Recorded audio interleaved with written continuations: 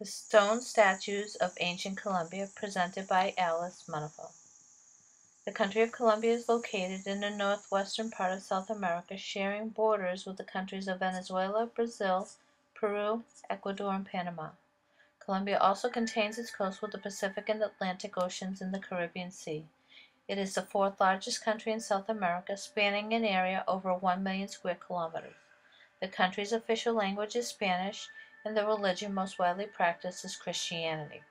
Rich in natural resources, Colombia claims to produce more than 60% of the world's emeralds, along with additional resources from natural minerals, petroleum, coffee, and gold. Within the country, the climates range from hot to below freezing. It is best known for its tropical climate because of its close proximity to the equator. Here the temperatures can range from 75 to 100 degrees at sea level. At higher elevations, temperatures fall well below freezing. These glaciers, also known as La Tierra Helada or frozen land, can be found at over 15,000 feet above sea level. 10 hours south of the country's capital, Bogota, located in the Colombian department of Huila, there is the town of San Agustin. This town has become well known for its pre-Columbian archaeological sites, which were first protected by law in 1931. Later, in 1993, the sites were considered to be one of the most significant ancient places in Latin America and declared a UNESCO National Monument and Archaeological Park. Here in this land, there are more than 500 stone sculptures believed to have been carved between 100 to 1200 AD. Although there is no written account of the history, there has been script found at the site which remains untranslated.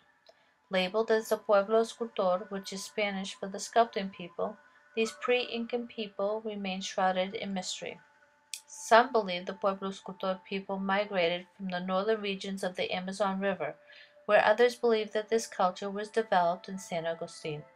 Concerning their society, it has been determined that they treated their women as equals or superiors. They are considered as having been very artistic, creative, and imaginative. They had a firm grasp of advanced mathematics, attempted complex surgeries, and had an obsession with life after death. They practiced rituals in which people were sacrificed. This was done by either burning or burying them alive, and was thought to have been done while under the influence of hallucinogens. As to what happened to the Pueblo Escultor, no one knows for sure. Allegedly, they were forced to leave their land and possibly taken refuge in the Amazon and Orinoco regions around 1350 AD. The stone statues are carved out of volcanic rock and are representative of the funerary paraphernalia related to the ancient funeral rites, the spiritual power for the dead, and the supernatural world.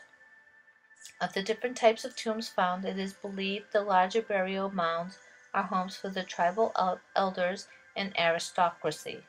These tombs contain the most fierce and abiding statues guarding the tombs, and contained offerings of pottery and gold objects.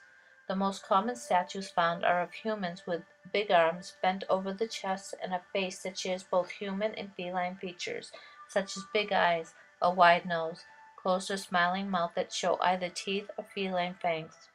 The sculptures range in height from 20 centimeters to 7 meters and show a high degree of development towards their religious and magical beliefs. Most were of the anthropomorphic type, but some also represented animals such as jaguars, monkeys, eagles, birds, frogs, and snakes. In addition to the stone statues, there are additional stoneworks, which include sarcophagus, which are casket-like receptacles for the corpse. These could either be displayed above ground or buried, and may have contained covers with carvings showing a human figure. Within the archaeological site along the Magdalena River, there are several distinct areas. Las Mesitas are broken down into several areas of A, B, C, and D. Here, many artificial mounds and terraces can be found, which encompass the funerary structures. The Fuente de Lavaplatas is considered an important discovery because of the water distribution system of the area. Within the waterways of complex canals and pools, many carvings can be found, such as snakes, lizards, salamanders, human faces, and human forms. It is believed this is where religious ceremonies and ritual baths occurred. Alto de los Ídolos is located on the right bank of Magdalena River. Here is where the best preserved funerary complexes of the park can be found. Located further north is Alto de las Piedras, which is a smaller area where statues can be also found. Estimated to have only 10% of the area exposed, what remains to be uncovered is suspected to reveal huge Mayan-like temples and other structures buried throughout the area. There are major park improvements underway which will expand available space for research, collection, and museum space.